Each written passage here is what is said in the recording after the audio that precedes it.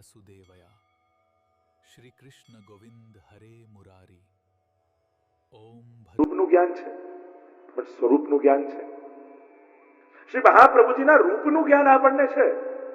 શ્રી મહાપ્રભુજી કેવા હતા? આપણે કહીએ આમ ધોતી ઉપરણા ધારણ કર્યા હોય, મસ્તક પર તિલક હોય, આવા નેત્રો, આવું મુખારવિંદ. રૂપની વાત કરી, સ્વરૂપ કેવું? और स्वरूप ज्ञान करावे छे અહીંયા ગુસાઈજી આપણને. કારણ કે જેની સ્તુતિ આપણે કરવા જઈ રહ્યા છે, जिनके नामों का हम आश्रय करने जा रहे हैं, वो स्वरूप कैसा है? કારણ કે જ્યાં સુધી એનું અલૌકિકતાને નહીં જાણો ત્યાં સુધી એની નામની મહત્તાનું પણ જ્ઞાન નહીં થાય. અને એટલા માટે સ્વરૂપને સમજાવતા કહ્યું, પ્રાકૃત ધર્માનાશ્રય. જ્યાં પ્રાકૃત ધર્મોનો આશ્રય નથી. પ્રાકૃત ધર્મ કોણ? કેવા? શાસ્ત્રોમાં 4 પ્રકારના ધર્મોને પ્રાકૃત કહ્યા. કે 4 વસ્તુ જેમાં હોય પ્રાકૃત કહેવાય. અસ્તિ, જાયતે, વર્ધતે અને મ્રિયતે. આ 4 પ્રાકૃતના લક્ષણો છે. અસ્તિ એટલે હોવું, જાયતે એટલે જન્મવું, વર્ધતે એટલે વધવું અને મ્રિયતે એટલે મરી જવું. આ લૌકિકતાના, આ પ્રાકૃતતાના ધર્મો છે. શ્રી મહાપ્રભુજીના સ્વરૂપમાં આ પ્રાકૃત ધર્મોમાંનો એકે ધર્મ નથી. નથી જન્મ, નથી મૃત્યુ. ત્યાં પ્રાગટ્ય છે અને પ્રાપ્તિ છે. આપણે કહીએ ભગવદ લીલામાં પ્રાપ્તિ થઈ, મૃત્યુ નથી. અને મહાપ્રભુજીના ચરિત્રમાં તો આપણે જાણીએ છીએ કઈ રીતે પ્રગટ થયા. એની પણ હમણાં આજે ગાતા કહીશું. આજે મહાપ્રભુના પ્રાગટ્યનો નંદમહોત્સવ પણ કરવાનો છે. પ્રાગટ્ય છે. જેમ ઠાકોરજીનું પ્રાગટ્ય થયું ભાગવત કથામાં આપણે શ્રવણ કરીએ છીએ કે પ્રભુ પ્રગટ્યા. જેમ ચંદ્રમાનો ઉદય પ્રાચી દિશામાં થાય એમ ઠાકોરજીનું પ્રાગટ્ય થયું. એમ શ્રી મહાપ્રભુજીનું પ્રાગટ્ય છે. અને મૃત્યુ નથી, પ્રાપ્તિ છે. આપણે કહીએ ભગવદ લીલામાં પ્રાપ્તિ થઈ. મહાપ્રભુ ભગવદ લીલામાં પધાર્યા. અને એટલા માટે પ્રાકૃતતાના ગુણો શ્રી વલ્લભમાં નથી. અને વાર્તા સાહિત્યમાં અનેક પ્રમાણ જુઓ.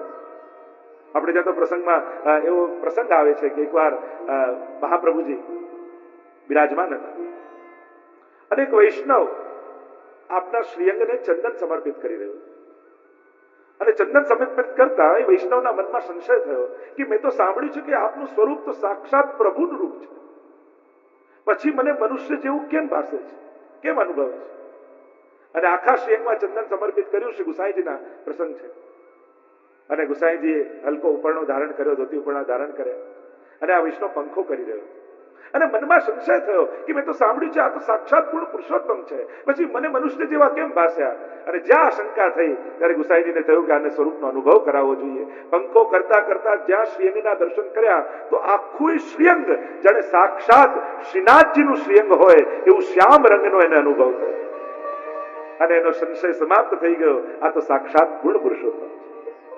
એમ શ્રી વલ્લભના સ્વરૂપના ચરિત્રમાં તમે જુઓ, 84 વૈષ્ણવની વાર્તામાં તમે જુઓ, સાક્ષાત પૂર્ણ પુરુષોત્તમ સ્વરૂપે શ્રી મહાપ્રભુજીએ દર્શન આપ્યા. અને એટલે તો શ્રી વલ્લભને મહાપ્રભુ કહીએ છીએ. કારણ કે પુષ્ટિ માર્ગના પ્રત્યેક વાર્તાઓમાં વાંચી લો તમે, તમને એવા ઘણા પ્રસંગો જોવા મળશે કે જ્યાં મહાપ્રભુજીએ પ્રભુ સ્વરૂપે દર્શન આપ્યા હોય, પણ એવો ક્યાંય પ્રસંગ નહીં મળે કે જ્યાં પ્રભુએ મહાપ્રભુજી સ્વરૂપ ધારણ કરી અને દર્શન આપ્યા હોય. એનો કદાચ અર્થ એવો કરી શકાય કે પ્રભુ, જો પ્રભુનું સ્વરૂપ મહાપ્રભુજી લઈ શકે છે, પણ કદાચ પ્રભુમાં પણ એટલું સામર્થ્ય નથી કે મહાપ્રભુનું સ્વરૂપ લઈ શકે.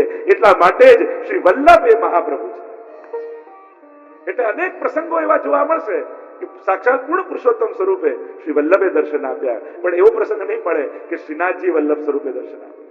પણ હા, જો તમારે શ્રીનાથજી બાવાને વલ્લભ સ્વરૂપના દર્શન કરવા હોય ને તો શ્રીનાથજીમાં સ્નાન યાત્રા સમય જો ધોતી ઉપરણા શ્રીનાથજી ધર્યા હોય અને ધોતી ઉપરણા ધર્યા હોય ત્યારે તમને એમ લાગે કે જાણે સાક્ષાત મહાપ્રભુજી ઠાડા હોય, જાણે સાક્ષાત શ્રી વલ્લભના ઠાડા હોય, એવો તમને અનુભવ થાય.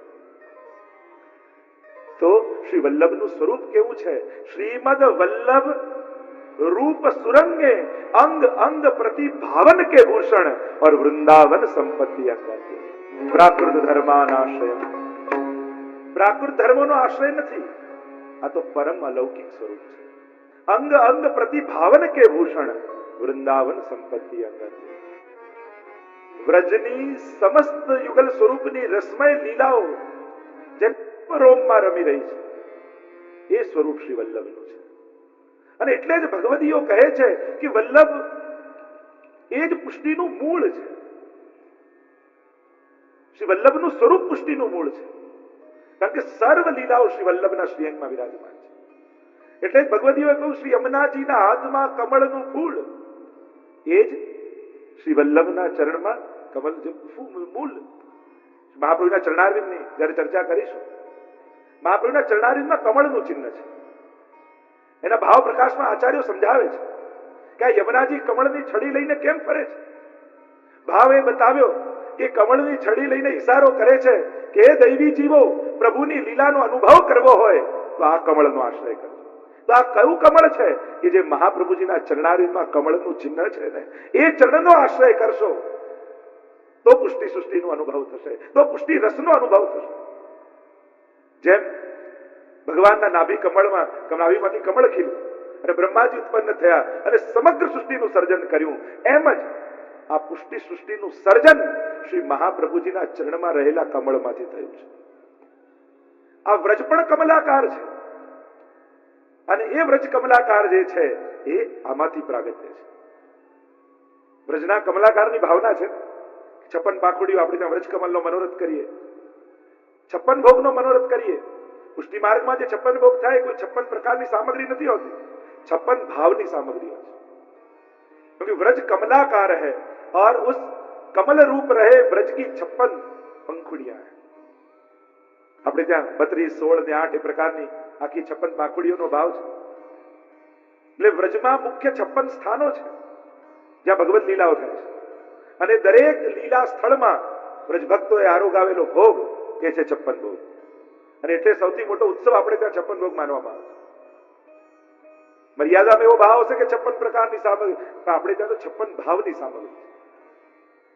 તો શ્રી વલ્લભનું અલૌકિક સ્વરૂપ શું છે કે વ્રજની સમસ્ત લીલાઓ શ્રી વલ્લભના શ્રીઅંગમાં બિરાજમાન છે. અને એટલે તો કહું વલ્લભ વરનું કહા બડાઈ જાકે રોમ રોમ પ્રતિ કોટી ગોवर्धन राय. याही में यमुना, याही में गोकुल, याही में ब्रजमंडलो, सबनते श्री वल्लभ नाम बनो. यहां तक हमारे भगवतियों ने कहा कि श्री वल्लभ के श्रीअंग में ही यमुना जी है, याही में गिरिराज जी है, याही में ब्रजमंडल है.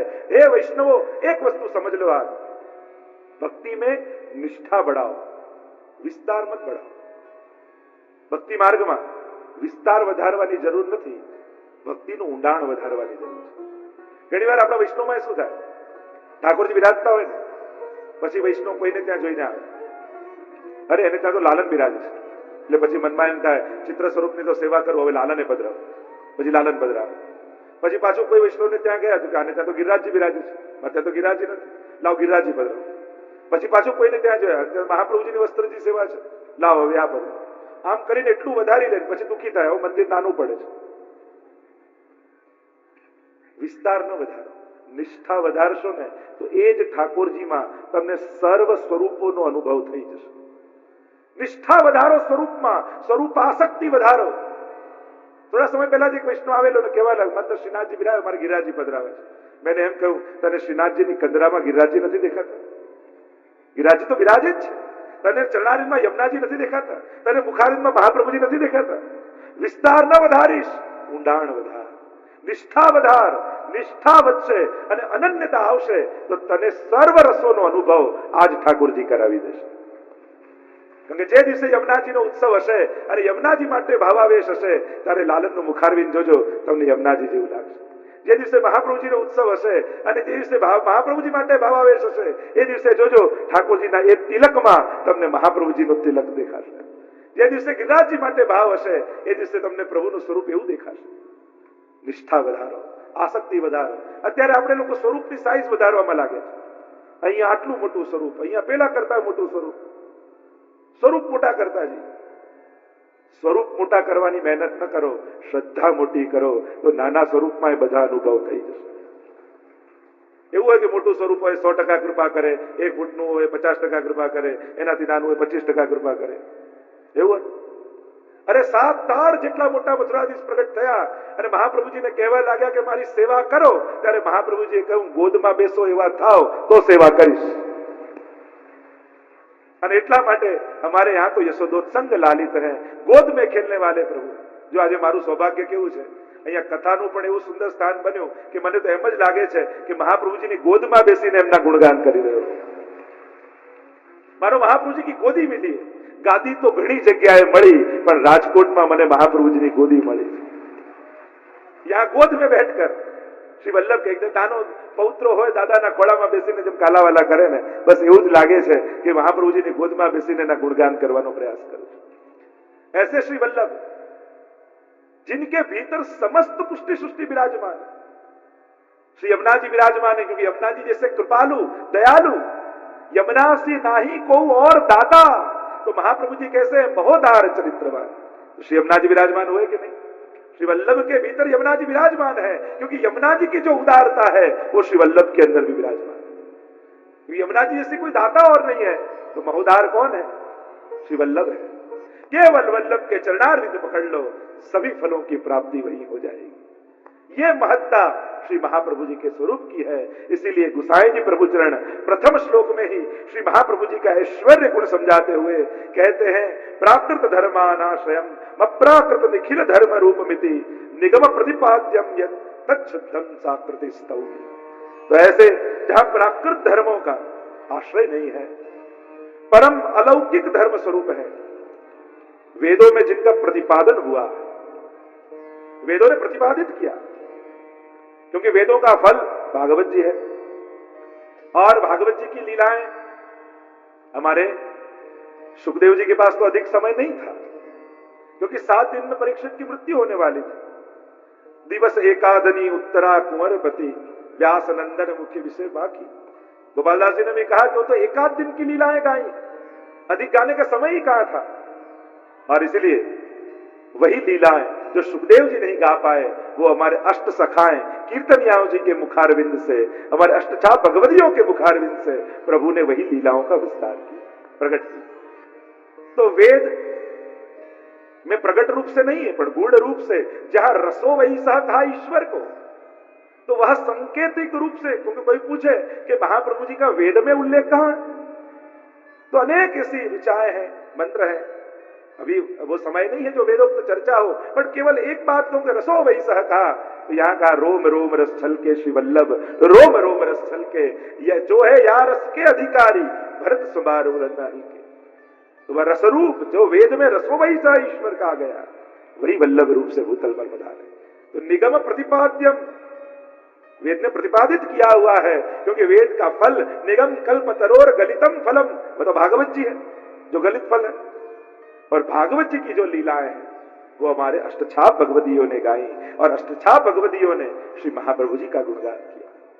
तो अष्टछाप है हमारे वेद. हमारे यहां तो यहां तक कहा गया कि वैष्णव के वेद कौन से, तो अष्टछाप भगवतियों की वाणी. निगम प्रतिपाद्यम यत्तत् शुद्धम, शुद्ध जो माया से लिप्त नहीं है, शुद्धाद्वैत ब्रह्मवाद की जो बात आती है, साकृति स्तौमि, वैसे साकार स्वरूप. ये कोई निराकार की बात नहीं है, जो साकार रूप से पधारे हैं. ऐसे श्री वल्लभ का यह ऐश्वर्य गुण बताया कि ये वल्लभ का ऐश्वर्य है जो अप्राकृत है, शुद्ध है और साकार है. और दूसरे श्लोक में श्री गोसाई जी प्रभु चरण वल्लभ के प्रागट्य के प्रयोजन को समझाते हुए, वर्णन करते हुए कहते हैं, कलिकाल तमश्चन्न दृष्टित्वा विदुषामपि. वीर्य गुण बताया महाप्रभु जी का. गुसाई जी प्रभु चरण कहते हैं कि ये कलिकाल कैसा है, केवो છે આ કળિયુગ. આ કળિયુગની વિચિત્રતા એ છે, અભણ લોકોની બુદ્ધિ નથી બગાડી, અબુધોની બુદ્ધિ નથી બગાડી, મોટા મોટા વિદ્વાનોની બુદ્ધિને કલિયુગે ભ્રમિત કરી દીધા. આ કલિયુગ છે ને ખલધર્મિણી છે. સર્વમાર્ગેષુ નષ્ટેષુ કલૌ ચ ખલધર્મિણી. અને ખલધર્મી એટલે છલવા વાળો યુગ છે. કલિયુગ આવશે ને તો અપશબ્દો બોલતો નહીં આવે, એ ભગવાનનું નામ લેતો લેતો આવશે. એ કોઈ શૈતાનના વેશમાં નહીં આવે, કદાચ સાધુના વેશમાં આવી જાય. ખલધર્મી છે ને એને ઓળખવો બહુ અઘરું થાય. સતયુગ, ત્રેતા, દ્વાપરમાં માણસ ઓળખાઈ જાય જેવો હોય એવો. कलयुग व्यक्ति ने ओळखवो अघरो छे. अखल धर्मिणी, इसलिए हरिराय जी ने वल्लभ साखी में कहा, कलयुग में सब धर्म के द्वारे रोके आए, श्री वल्लभ खिड़की प्रेम की निकस जाए सो जाए. कलयुग में सब धर्म के, हरिराय जी कहते हैं कि कलयुग में सभी धर्मों के मार्ग बंद हो चुके, द्वार बंद हो चुके. બધે ભવ્યતા દેખાશે, સગવડતા દેખાશે, વ્યવસ્થા દેખાશે, માન સન્માન મળશે, પણ ભગવાનનું પૂછશો તો ભગવાન નહીં મળે. ભગવાન વિશે વાત નહીં હોય. વ્યવસ્થાઓ, એ બધી સગવડતાઓ, વ્યક્તિ કેન્દ્રિત બધી જ વાતો હશે, પણ જેના માટે મંદિરે ગયા છે એ ભગવાનની વાત નહીં, ભગવાનના સુખની વાત નહીં હોય, ભગવાનની સેવાની વાત નહીં હોય, અધ્યાત્મની વાત નહીં હોય. આ કલયુગનું લક્ષણ છે, કલધર્મિણી છે. અને એટલા માટે कलयुग में વધારે सावधान रहना. हाँ, हमारे भगवती तो कहते हैं कि हमको तो कलयुग से भी दिक्कत नहीं, क्योंकि कलयुग में जो लाभ मिला है वो अन्य युगों में कहाँ मिला.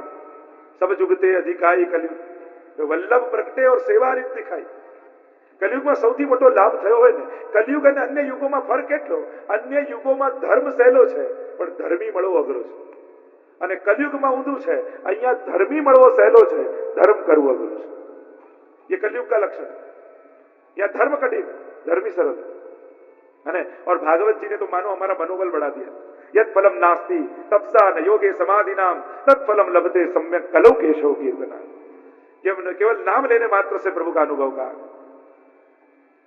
यहां गुसाई जी कहते हैं, कली काल तमच्छन्न दृष्टित्वा विदुषामपि. બુદ્ધિમાનોની બુદ્ધિ પણ ભ્રમિત કરી દીધી છે, કારણ કે ભગવાન વિશેની વાત છે, ભગવાનની વાત નથી. બુદ્ધિમાનો તર્ક વિતર્ક કુતર્કમાં એવા પડી ગયા છે, એને ગ્રંથોની ચર્ચા કરાવી લો તો કરી લેશે. ઘણા લોકો કે અમને ગીતાજી મળે, અમને ભાગવતજી મળે, પણ એને કહું ગીતાજીમાં લખ્યું છે એ સેવા કરીશ તો કે એ બધું અમને નહીં ફાવે. ભાગવતજીમાં જે કહ્યું છે એવી ભક્તિ કરીશ તો કે એ બધું અમને નહીં ફાવે. એટલે ભગવાનની વાતો કરવી છે, ભગવાનને અનુભવવા નથી, એની સેવા કરવી નથી. તમે ભાગવતજી, ગીતાજી એ બધાનો સાર કહો. ગીતાજીમાં કહું યત કરોસી રસનાસી યજ્જુહોસી દદાસી યત તપસ્યસી કૌંતેય તત્કુરુસ્વ મદર્પણ. આ બધું અર્પણ કર. લોકો આખી ગીતાજી ભગવાન આગળ બોલી જાય, પણ જે કહ્યું છે કરે નહીં. ભાગવતજીના શ્લોકો ગાઈ જાય, પણ જે કહ્યું છે કરે નહીં. ભાગવત સુધારસ મત કે અપનો પંથ જતાય તુમ શરણાગતાય. જો તમે ભગવત સેવા કરો છો, ભલે તમને ગીતાજી કે ભાગવતજી મોઢે ભલે ન હોય, પણ તમે કલાક સેવા કરતા હો તોય તમે ગીતાજી અને ભાગવતજીને જીવી રહ્યા છો. ભલે કદાચ વૈષ્ણવના શ્લોકો કદાચ ભલે મોઢે ન હોય, પણ તમે ભાગવતજીને જીવો છો, તમે ગીताजी ने जीवी रहा છો. आप इन ग्रंथों को जी रहे हो तो भगवत सेवा आप कर रहे हो. हम जब महाप्रभु जी का, गोसाई जी का उत्सव मनाने बैठे हैं तो आज पूरे पुष्टि सृष्टि से मैं आह्वान करता हूं, यहां बैठे आप हजारों लोगों से, या आस्था चैनल से जो हजारों लोग घर घर में सुन रहे हैं, सबसे आह्वान करता हूं कि आज इस महाप्रभु जी के उत्सव में या गोसाई जी के पंचशताब्दी वर्ष में जब उनको कुछ भेंट देना चाहते हैं तो आज हर एक व्यक्ति संकल्प करे कि विश्व भर में कहीं भी वैष्णव का घर हो तो वो ठाकुर जी बिना का न हो. ये संकल्प आज हम सब करें. घर घर में प्रभु विराजे, घर घर में भगवत सेवा हो. यही महाप्रभु जी और गोसाई जी को सच्ची धरी हुई भेंट है. अब कितनी सेवा करो ये चर्चा मैं नहीं करता, कर रहे हो ये मेरे लिए बड़ी बात है. अब रोज 5 मिनट भी प्रभु के सन्मुख होते हो, ये सबसे बड़ा सद्गुण है. करो. वैष्णव का घर प्रभु बिना का नहीं होना चाहिए. वैष्णव का वैभव का ऐश्वर्य ही वैष्णव का घर में विराजते ठाकुर जी. हमारे यहां तो वैष्णव मिले तो भी पूछते हैं कि प्रभु कैसे विराजते, क्या सेवा होती है. ये वैष्णव की चर्चा होती. आज तो 2 જણા મળે ને સૌથી પહેલા ચર્ચા થાય ટ્રાફિક ઉપર, ટ્રાફિક બહુ હતી. બીજી ચર્ચા થાય રાજકારણ ઉપર, અને એ બંને ન મળે તો પછી વેધર માટેની ચર્ચા, ગરમી બહુ છે, ઠંડી બહુ છે. ચર્ચા જ લૌકિકની થાય. અને એક વસ્તુ યાદ રાખો, શર્ટનું પહેલું બટન ખોટું લાગે ને પછી બધા જ બટન ખોટા જ લાગે. शर्ट का पहला बटन जो गलत आप लगा दो, ये सभी बटन गलत ही लगेंगे। वैसे ही व्यक्ति वैष्णव को मिले तब पहला जो भगवत नाम से शुरू नहीं किया तो फिर लौकिक में ही पूरी बात पूरी हो जाएगी। इसलिए वैष्णव मिले पहले भगवत स्मरण किया जाता है, प्रभु को याद किया जाता है, क्योंकि प्रारंभ जिसका अच्छा हो उसका अंत भी अच्छा हो।